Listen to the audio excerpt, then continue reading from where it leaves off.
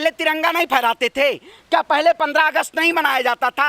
आज़ादी का अमृत महोत्सव नहीं मनाया जाता था? लेकिन इन्होंने पोडियम के जरिए इस देश को बेचने का काम किया है। जब विपक्ष खड़ा होता है तब आरएसएस और बजरंगी और नारंगी लोग तब अपने डीपी पे तिरंगा चेंज करते हैं। आखिर ये सावरकर और गोवरकर को मानने वाले लोग, आखिर बताइए इस देश में तिरंगा को कौन दिल से नहीं मानता था? ये वही लोग नहीं मानते होंगे जो भारतीय जनता पार्टी, जो हिंदू राष्ट्र की हिमायत करती है। आखिर भारत सभी का देश है। आज देश को जिस तरफ ले जाया जा रहा है, मैं कहता हूँ तिरंगा सबके दिल में है। मैं तिरंगा अनाथ काल से, जो लोग जब आज़ादी के बाद तब से लोग तिरंगा अपना फहरा रहे हैं, लेकिन क्या भारतीय जनता पार्टी इसको मार्केटिंग करना चाहती थी और देश के प्रधानमंत्री पोडियम के जरिए इस देश की जनता को फिर गुमराह करने का काम करेंगे? आखिर क्या जो हर घर जल और जो सबको पक्का मकान मिलेगा, जो 2 करोड़ युवाओं को रोजगार मिलेगा, जो 5 ट्रिलियन इकोनॉमी की बात करती होती, जो पोडियम के जरिए देश के प्रधानमंत्री बात किया करते थे, आखिर 15 अगस्त को फिर दोबारा उनका जुमला क्या होगा? आपने देखा होगा बिहार में जिस तरह से भारतीय जनता पार्टी बिहार में और देश की जनता को त्राहिमाम करने का काम कर रही थी, उस तरीके से हालत एक ऐसी देश में, आज बताइए देश की जनता को क्या जरूरत है?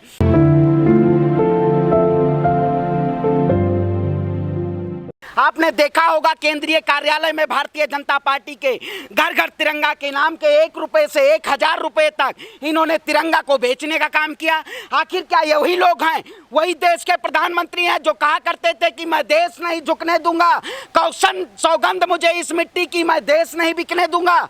क्या वही प्रधानमंत्री हैं? आज देश को बेचने का मतलब भारतीय जनता पार्टी का तिरंगा ये फ्री में बांटने का काम करते हैं और देश का तिरंगा 25 रुपए और 1000 रुपए में बेचने का काम करते हैं। आपके अंदर देशभक्ति नहीं थी, अंजना ओम कश्यप हो गए हैं आप। बिहार में जब भारतीय जनता पार्टी की सरकार कहीं से जाने वाली होगी तब ये लोग ऐसे लगेगा जैसे इनके पति से तलाक हो गया है।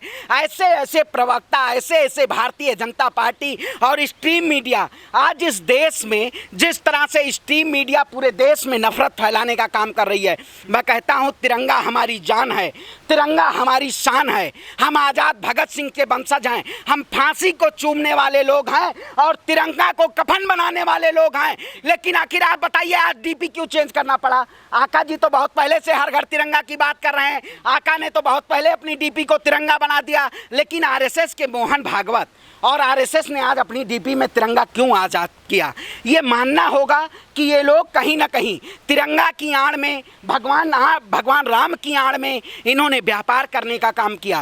पांडे जी, जो मोदी सरकार है, जब मोदी जी अनाज बांट रहे थे 5 किलो फ्री उत्तर प्रदेश में, तो झोला मुफ्त में दिया था, लेकिन जो तिरंगा है उसके पैसे ले जा रहे हैं। बिल्कुल, मैं वही अभी पहले ही कहा कि भारतीय जनता पार्टी तिरंगा को बेच रही है। ये बहुत बड़ी कॉरपोरेट की तंत्र की सरकार है। जिस तरह से देश में किसानों को इन्होंने किसानों के राशन और उसको चावल और गेहूं को बेचने का काम किया, उसी तरीके से भारतीय जनता पार्टी इस देश के लोकतंत्र को बेचना चाहिए। आपने देखा होगा महाराष्ट्र में खरीद फरोख्त के जरिए लोकतंत्र को बेचा, मध्य प्रदेश में लोकतंत्र को बेचा। कहीं ना कहीं आज लोकतंत्र खतरे में है। कि बिहार में आप कहावत नहीं की है, बुझबा कि ना बुझबा, बिहार के का हालत बा, बिहार में का बा समझ बा आपका? बिहार में बहार बा और लालटेन और आरजेडी की सरकार हो गई। लेकिन मोदी जी गए थे, 1.25 लाख करोड़ का पैकेज दिया था बिहार में जाकर के मोदी जी ने, उसके बावजूद सरकार गिर गई है उनकी। अरे मोदी जी पैकेज पे पैकेजेस देते हैं, 2 करोड़ तो पोडियम के जरिए उन्होंने पैकेज को देने का काम किया था। क्या देश के प्रधानमंत्री पोडियम के जरिए इस देश की जनता को रोजगार दे पाएंगे? पोडियम के जरिए इस देश की जनता को विकास तक पहुंचा पाएंगे? कहीं ना कहीं अब सबसे बड़ा जुमला 15 अगस्त को आने वाला है। ये सोचना होगा कि देश के प्रधानमंत्री अब कौन सा ऐसा जुमला लेके आते हैं। आप बताइए, मैं कहता हूँ एक शब्द चल रहा है, जादू टोना पिशाच, काले कपड़े। मैं कहता हूँ हम छात्र राजनीति में बाजू में काले कपड़े पहन के और विरोध करते थे। क्या विरोध में प्रधानमंत्री के लिए असंसदीय शब्द नहीं है? इससे पहले तो बहुत से तानाशाही, निकम्मी और ऐसे ऐसे शब्दों को उस पर लगाम लगा दी गई। अब क्या देश के प्रधानमंत्री जो जादू शब्द जो प्रयोग कर रहे हैं, क्या असंसदीय नहीं है? ये देश के प्रधानमंत्री बेहतर कलाकार हो सकते हैं, लेकिन देश के बेहतर प्रधानमंत्री नहीं हो सकते हैं। क्योंकि बेहतर प्रधानमंत्री शिक्षा की बात करेगा, बेहतर प्रधानमंत्री स्वास्थ्य रोजगार की बात करेगा। नई शिक्षा नीति से देश के युवाओं को क्या फायदा है? नए शिक्षा नीति पे बात करना चाहते हैं, ये तो जादू। तो आपने अभी खबर नहीं सुनी? एक अभी कुछ साधु संत और विद्वान उन्होंने कहा है कि अब हिंदू राष्ट्र बनेगा और उसकी राजधानी बनारस होगी। अरे ऐसे लोग हैं जो बनारस हमारे भगवान शंकर की उनके त्रिशूल पे बसी हुई नगरी है। अब ये लोग नफरत के नाम पे देश को एक नए आयाम पे, क्योंकि आने वाला जो चुनाव है 24 का, वो भारतीय जनता पार्टी एजेंडा तैयार कर रही है। पांडे जी, कुछ लोग कह रहे हैं कि मोदी जी झंडा तो बांट रहे हैं घर घर, लेकिन किसी के पास तो घर भी नहीं है। लाखों लोग हैं ऐसे, लाखों परिवार है जहां उनके पास घर नहीं, झंडा कहां लगाएंगे? बिल्कुल, ऐसे कई लोग बेघर हैं। जो सरकार कहती थी सभी घर को पक्का मकान मिलेगा, क्या उन लोगों को इन्होंने पक्का मकान देने का काम किया? जो सरकार कहती थी कि हर घर जल पहुंचेगा, क्या सभी के घरों में आज स्वच्छ पानी है?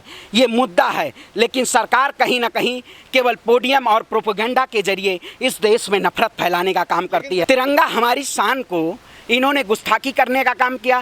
क्या तिरंगा को बेचा जाता है? तिरंगा के नाम पे रोजगार, आज सीएमआई की रिपोर्ट उठाइए, हंगर इंडेक्स की रिपोर्ट उठाइए, बहुत सारे देश में ऐसे रिपोर्ट उठाइए आप, जो भारतीय जनता पार्टी उसको पब्लिश नहीं करना चाहती है कि इससे लोगों को डेटा पता चल जाएगा।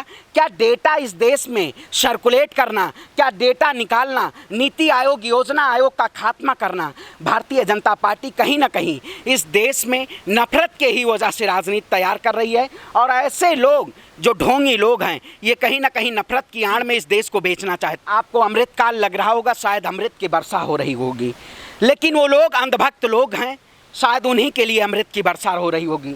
जो लोग पेट्रोल को दूध समझ से पी जाएं, उन्हीं लोगों के लिए अमृत वर्षा हो रही। मैं कहता हूं सबसे बड़े जादूगर तो देश के प्रधानमंत्री हैं, जिन्होंने देश की जनता को अंधविश्वास में कोरोना काल में डालने का काम किया कि आप ताली बजाइए, थाली बजाइए, मोमबत्ती जलाइए। अंधविश्वास के आड़ में इस देश के शिक्षित लोगों को भी गुमराह करने का काम किया। ये प्रधानमंत्री उस दिन काला कपड़ा कहाँ गया था जब गंगा में रुद्राक्ष की माला लेके और डुबकी लगा रहे थे? बिल्कुल देखिए, क्योंकि इस सरकार के शासनकाल में आज नीतीश कुमार को क्यों दूसरी सरकार में जाना पड़ा? क्योंकि कहीं ना कहीं उनको अपमानित करने का काम किया गया, और अपमान के जरिए ये लोग उनको गुमराह करना चाहते थे, उनकी पार्टी को ख़त्म करना चाहते थे। भारतीय जनता पार्टी जिस तरह से आपने देखा षड्यंत्र करके महाराष्ट्र में जिस तरह से अपनी सरकार बनाई, वहीं महाराष्ट्र का धनुष और बिहार का तीर, जिस तरह से भगवान श्री राम ने रावण का वध किया था, उसी तरीके से ये भारतीय जनता पार्टी को वध करने का काम किया गया है। और आने वाले 2024 में मैं कहता हूँ एक ऐसे विपक्ष को, सभी विपक्ष को एक साथ खड़े होके और एक ऐसे प्रधानमंत्री को प्रमोट किया जाए कि जो लोग इस देश के सामने भारतीय जनता पार्टी को चुनौती दे सकें। ठीक है, लेकिन काट क्या है मोदी की आपके पास में? हिंदू मुस्लिम की काट क्या है विपक्ष के पास? देखिए, हिंदू मुस्लिम की कास्ट है स्वास्थ्य विकास। जो सरकार सबका साथ सबका विकास की बात करती है, वो सरकार सभी जनता का विनाश करने का काम किया है। क्या भारतीय जनता पार्टी विनाश के जरिए इस देश की जनता को फायदा पहुंचा पाएगी? इन्होंने आज पूरे देश में एक ऐसे आयाम पे खड़ा कर दिया। मैं कहता हूं, आप बताइए, अगर धर्म की आड़ में सरकार अगर बात ना करे तो शायद सत्ता में नहीं रह पाएगी। आने वाला 2024 का चुनाव पूरी तरीके से इन्होंने तैयार कर लिया है कि धर्म की आड़ में फिर सरकार चुनाव लड़ना चाहती है।